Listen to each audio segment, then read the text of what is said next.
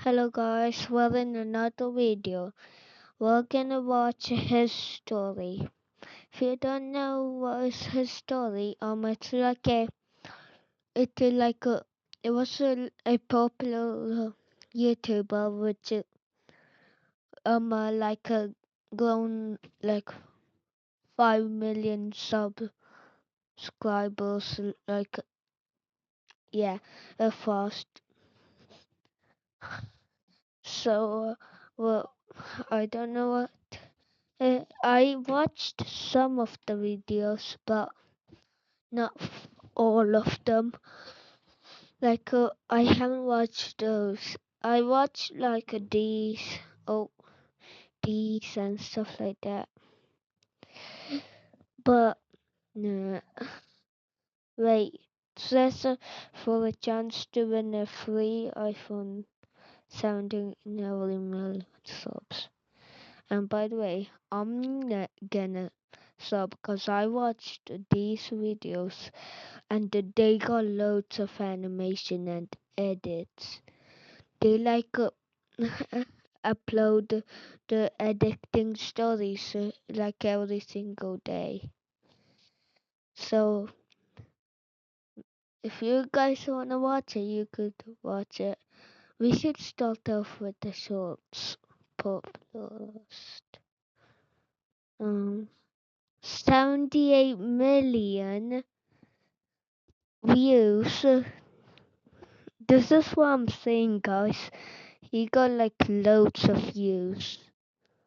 Huh? How many views does he have altogether? I don't know, but I'm gonna watch this. My twin brother Chris and I were 9 when we learned Morse code. We tapped messages under the dinner table when Mom told us to stop talking and tapped through the wall between That's our bedrooms kinda every night. genius. When Chris got into a car accident and the doctor said he'd never wake up, I pulled up a chair next to his bed, took his hand, and tapped. "Are you there?" Nothing. But I came back the next afternoon and tapped again. Before I left, I always said the same thing. "See you tomorrow, Chris." A week later, Chris's fingers twitched against mine, and I almost fell out of my chair. I grabbed the nurse and she barely looked up. They're reflexes. It doesn't mean anything. I bought a notebook the next day and started writing down every single one. 4 months in, Mom watched me scribbling and said, "How long are you gonna keep doing this?" "Until he taps back." "He's not gonna tap his back. mom is You're talking to a hating on corpse." him Dad for lasted a doing few that. more months before he pulled me into the hallway. "We need to talk about donating your brother's organs. His fingers move every time I hold his hand, Dad. The nurses Bruh. said those are reflexes. Stop He's getting your hopes gonna up, son. donate I don't the care what the nurses organs? say. You're not donating my brother's organs." But a week later, Yeah. my parents called to have Chris transferred to a long-term facility to die and scheduled a meeting to sign the papers.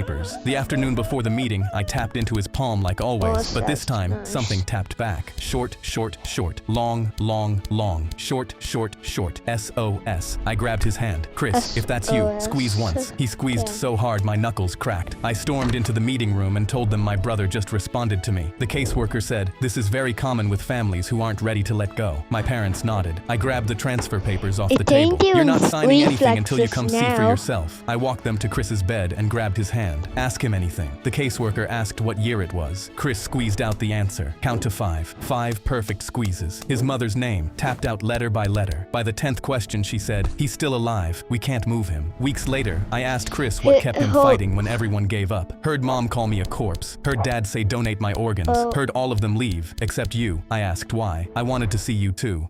My twin brother Yo, Chris and I that's were 9 low-key when we learned. messed up on a leaving like that. Their family's messed up. Why would they even leave their son and not think that he will wake up? They just want to donate and to get money or something. I don't know. What's this? I'm gonna watch a video now.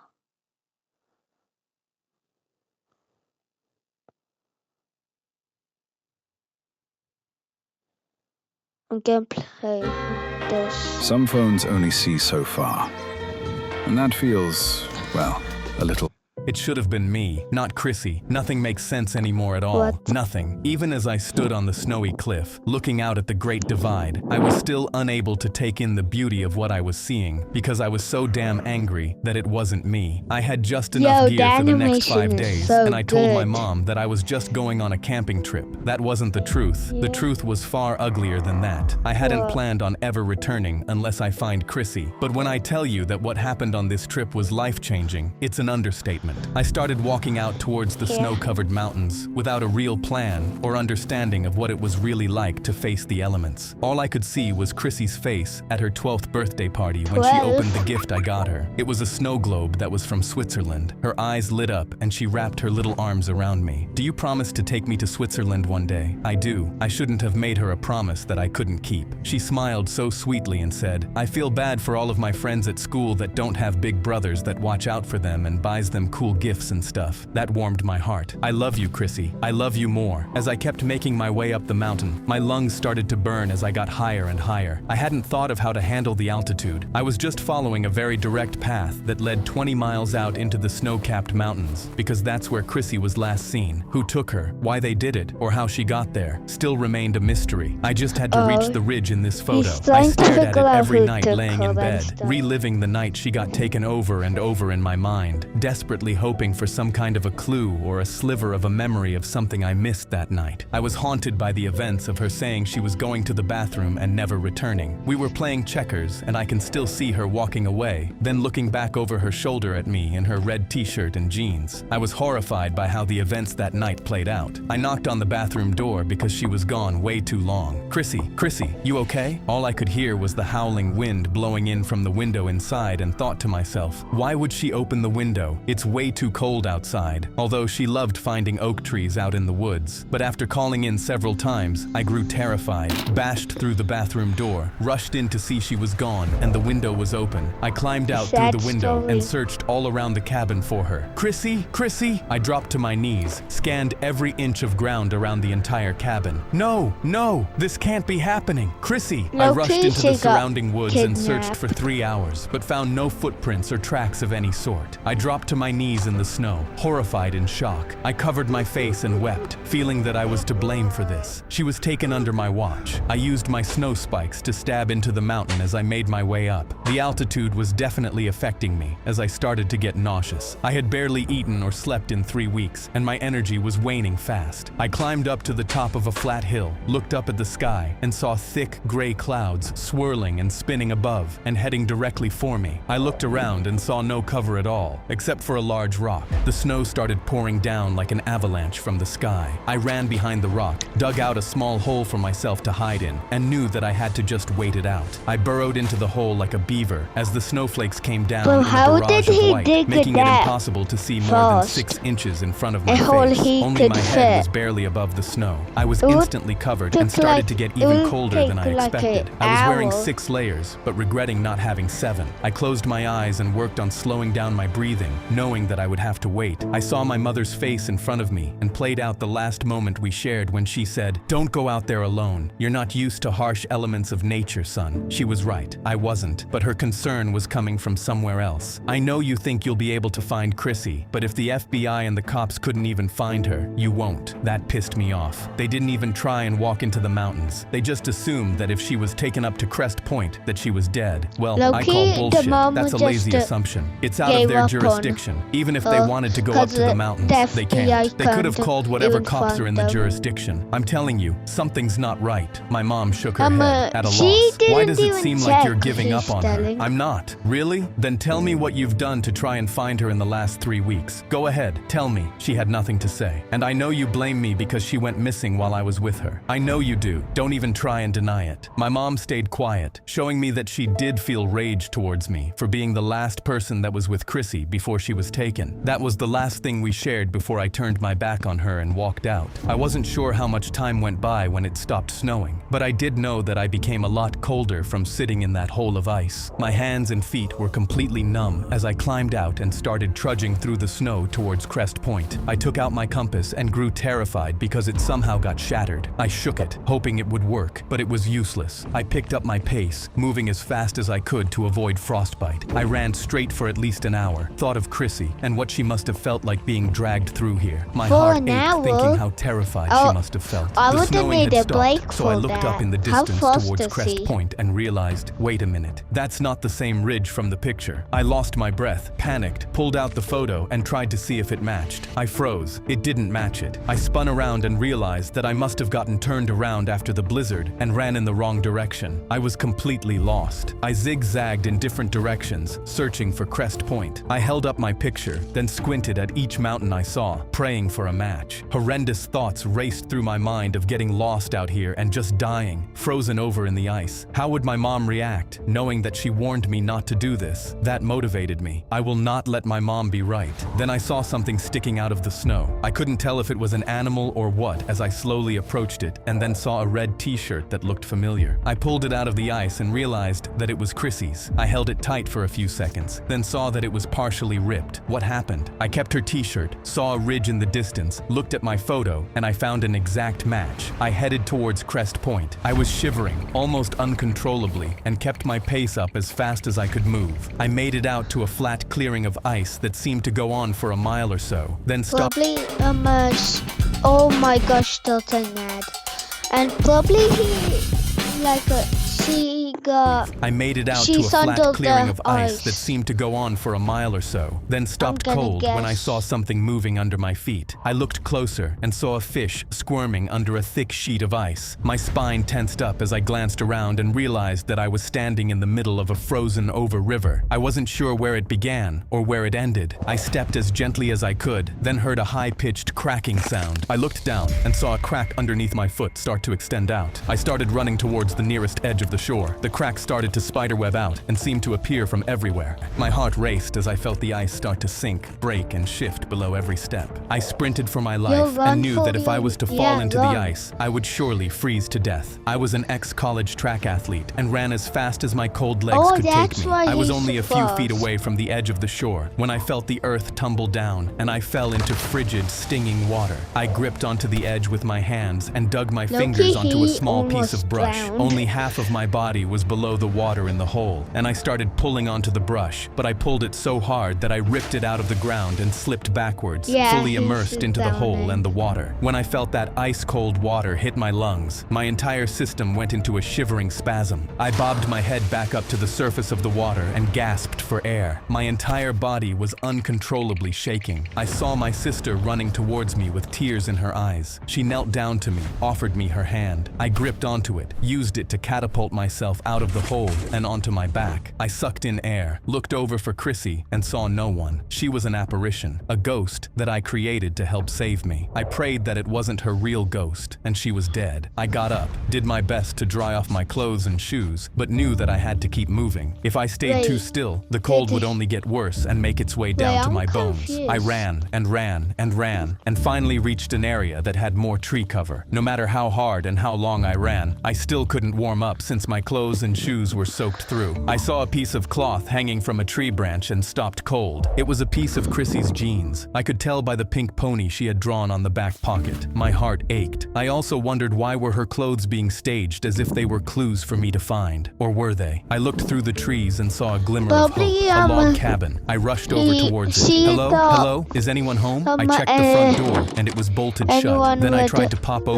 like any of the windows and they were all locked. Like I it was could so be panicked like that if I didn't get a inside, if I would she freeze got to death. lost. So I grabbed a rock and hurled it through the window, smashing girl. it through. I climbed in and saw a very lived-in cabin that was a lot larger than I thought. A hallway led to several rooms that all had closed doors. Hello? Is anyone here? I'm really sorry about the window, but I'm freezing. I noticed a burning fireplace in the corner, which showed me that someone had either just left or was nearby. I didn't care. I was way too cold, so I stripped down into my underwear, hung up my clothes Hey, over the back of a yo. chair, and warmed my hands beside the fire. I saw a small, sparkling, fuzzy thing out of the corner Hey, of my yo, eye, bro. turned and spotted Chrissy's snow globe, the one I gave her. My stomach churned as I picked it up and realized she was here. She was inside this cabin at some point. I saw Chrissy's Oh, face she swinging is. around an oak tree and holding the snow globe as we played hide and seek. She was laughing loudly and running away from me. I'm gonna get you! She'd always hide behind an oak tree. I rushed into the hallway and kicked in the first door to see a little girl's bedroom full of toys, dolls, and small dresses. I Probably say checked the that's closet and didn't find her. Chrissy's I rushed out of the room, kicked in the door to the next If I bedroom, said and the saw another little name girl's wrong, I'm room with sorry. similar toys and dolls. My world was spinning. Was I actually close to finding her? My heart stopped when I looked through the bedroom window and saw a tall, lanky man with a long beard in his 50s walking past and heading to the front door of the cabin. He had a small dead deer slung over his shoulder, and he was whistling an eerie tune. I thought about hiding, quickly looked around and realized he would see all of my clothes draped over the chair anyway. I was still in my underwear, which made the situation even weirder, but I had to face him, and I definitely needed a weapon in case he was some freak kidnapper. I grabbed a knife from the counter and hid it behind my back. I went into the living room and saw him hesitate when he noticed the broken window. He poked his head in through the busted open hole and saw me. "I'm really sorry, sir. I didn't have a choice but to break it and get warm. I fell into the lake." He glared at me with a quiet coldness, dropped his dead animal by the door, then entered. "Don't worry, I'll pay to fix it." He realized that I was in my undies. "Damn right you'll pay for it. What the hell are you doing all the way out here?" "My little sister, Chrissy, went missing 3 weeks ago." I clutched tightly onto the knife behind my back as he studied me with his beady eyes. "What you got behind your back?" I felt a quiet terror creep in. "Have you seen my sister?" "I asked you what you got behind your back, and I asked you if you've seen my sister." We stared at each other, Well, neither one of us relenting. Flashes of Okay, Chrissy's y'all, face swirled before me, you and I announced felt ready to each use the other. knife if I had to, and gritted my teeth. I think he realized that I wasn't playing around, so he broke away first, lit a cigarette, and sat in his rocking chair. "Your sister got taken by the man I've been hunting for the last 6 years of my life." I wasn't sure if he was lying and held up the snow globe. "Where did you get this?" "I found it in the snow. I cleaned it because it was covered in blood." My throat tightened. "When was that?" 2 weeks ago. It gave me new hope and a new trail to try and find the man that's been snatching up little girls for over 30 years. I'm a retired cop, and this bastard is the only one that ever haunted me. I got so close so many times, but I never caught him. I held the knife by my side, Loki, not that's feeling a like he was as much W. of a threat. That's why I moved out here, because every one of his victims always passed by this cabin at some point. What's his name? He has several. The latest name he goes by that I call him is the Moonlight Murderer. I was terrified to ask this. "Do you think my sister's still alive?" The truth? Probably not. But he has been known to keep his victims alive for a long time. It just depends on what he thinks they can do for him. If some of them have certain skills, he tends to use them until he doesn't have a need for them anymore. Was your sister good at anything? She knows how to cook. Before my dad passed, he was a chef and taught her. For your sake, I hope she's alive. Why do you have little girls' clothing in both bedrooms? Because I share custody of my 2 daughters every other week with my ex-wife. The faint sound of scratching started, and my eyes darted around to hear where it was coming from. "What is that sound?" The bearded man shifted around, uncomfortably, then stood up. "I don't hear anything." The scratching went away, then returned. "You can't hear that?" He listened close.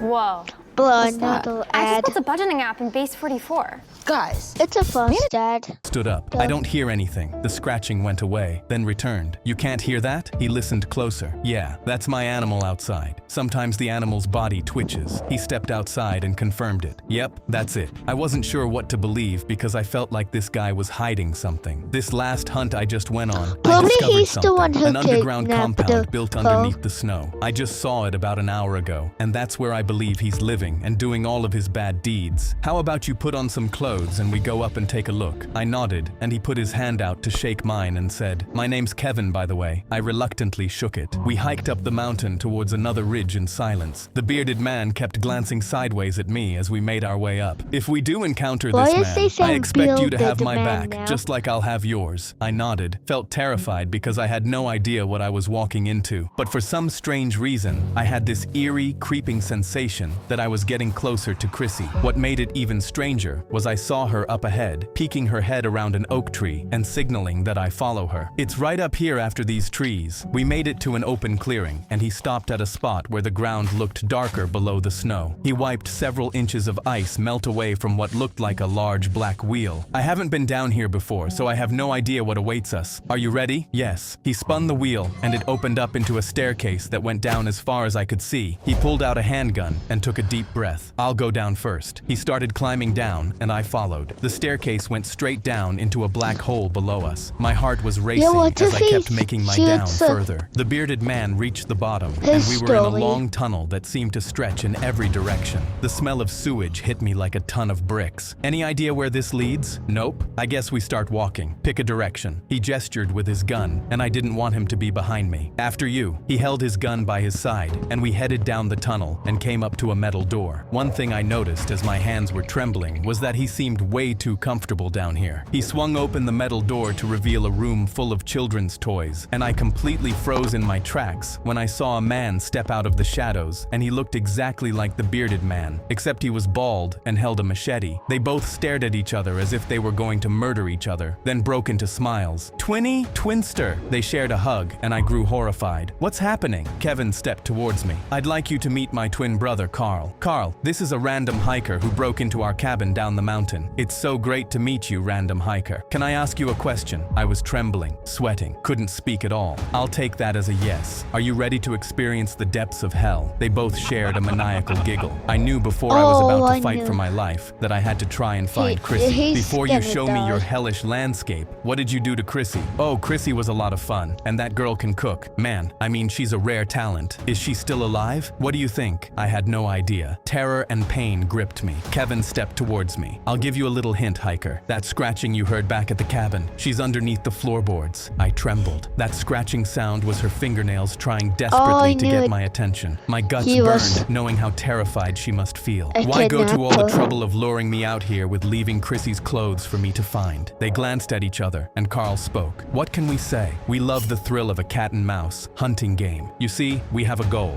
and that goal is to compile as many bones as possible and go down as the most notorious serial-killing family in the history of the world. Because there isn't just two of us. There's a whole secret network of us, and no one will ever stop what we're building." I could barely get my head around what he was saying as my terror only grew. "Enough talk. It's time for you to escape the halls of hell, hiker." Carl raised his machete and smiled. "You better start running." I swung the door open and sprinted down the tunnel towards a room I had recognized that we passed by. It was some type of machine shop, so I picked up the pace, hoping to find some type of a weapon. I heard Carl slamming his machete against the pipes, getting off on the thrill of the hunt. My heart was racing a million miles an hour, and I thought about my mom and gathered strength from seeing her face. Then I saw Chrissy's apparition leading me towards the engine room and quickly waving me over. I cut a hard right down another tunnel, and the twin freaks were gaining fast. I made it to the engine room door, kicked it open, and saw a shirtless, hairy-chested, toothless man holding an axe. His eyes lit up when he saw me.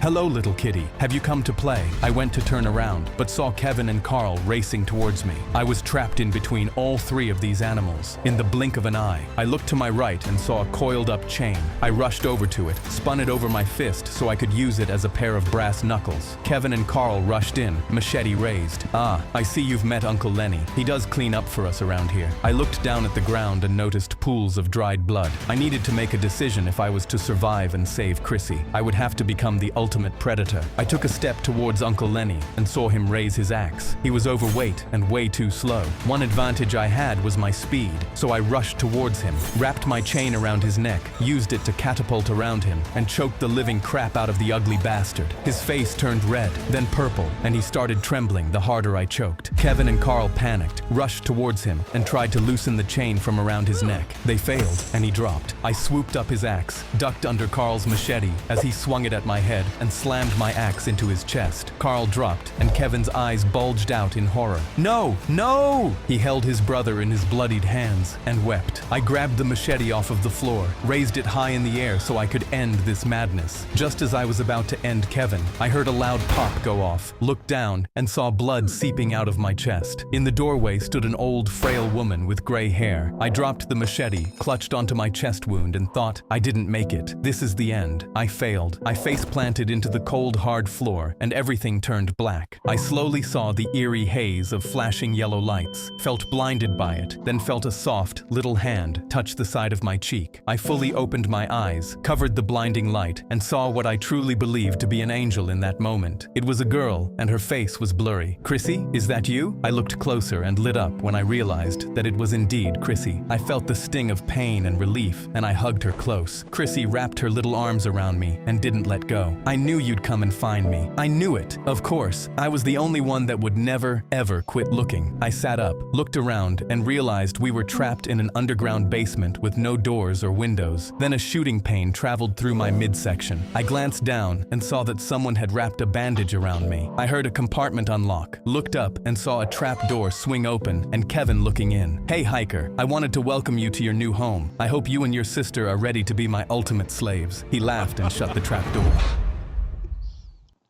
Don't check the Oh, price, or you might buy there's 3. gonna be a Coke too.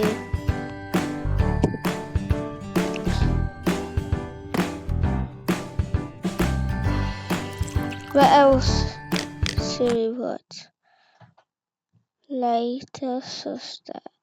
Bubbles.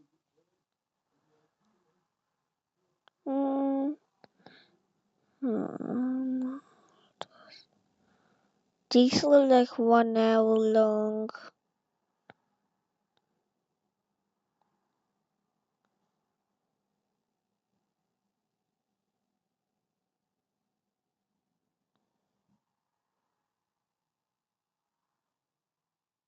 Okay, I'm gonna end the video. Make sure to sub to History and to me, and hope you like the video. Bye.